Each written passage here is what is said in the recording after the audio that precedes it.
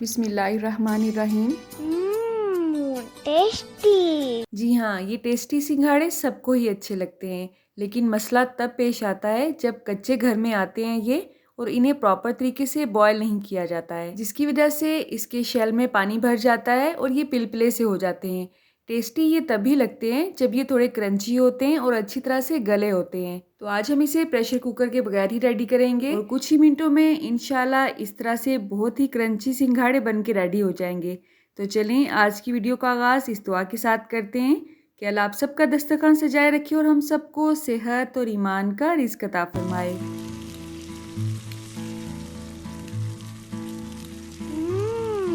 Tasty. जी, तो यहाँ पे मेरे पास 1 किलो कच्चे सिंघाड़े हैं, जिसे मैंने अच्छी तरह से खुले पानी से खंगाल लिया है। इनको हमने बहुत अच्छी तरह से साफ़ करना है धो के, क्योंकि ये गंदे पानी में उगते हैं।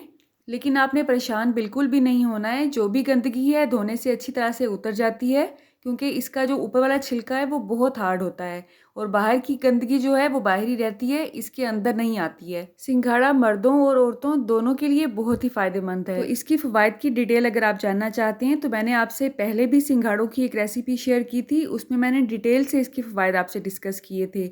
उसका लिंक आपको डिस्क्रिप्शन बॉक्स में मिल जाएगा इंशाल्लाह। तो यहाँ पे मैंने एक पुरानी सी कढ़ाई ली है, उसमें मैंने सिंघाड़े ऐड किए हैं और जस्ट आधा गिलास पानी ऐड किया है।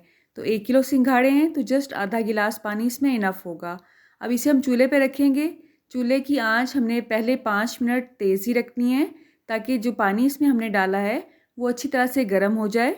उसके बाद हम चूल्हे की आंच को स्लो कर देंगे और कढ़ाई या पतीले को कवर कर देंगे। अब यहाँ पे कढ़ाई का जो ढक्कन है उसके अंदर सुराख है जिसमें से इसकी स्टीम निकल सकती है।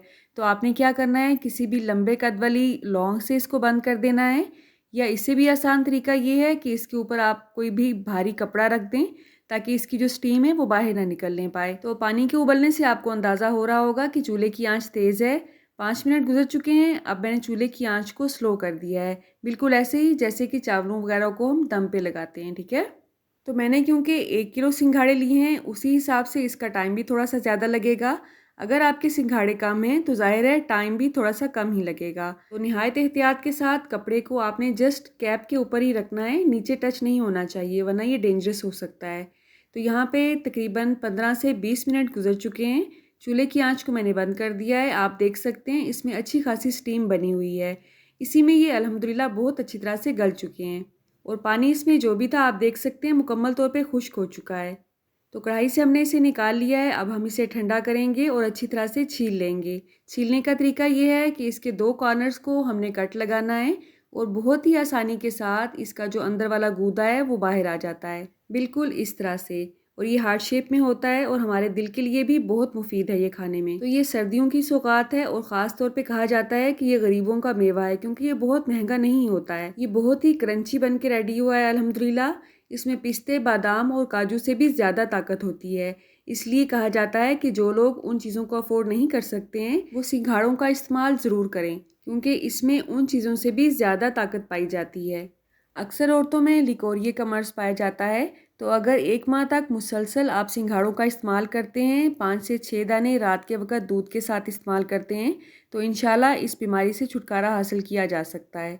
अमूमन इसे काले नमक के साथ सर्व किया जाता है और यकीन मानें ये बहुत ही टेस्टी लगते हैं काले नमक के साथ।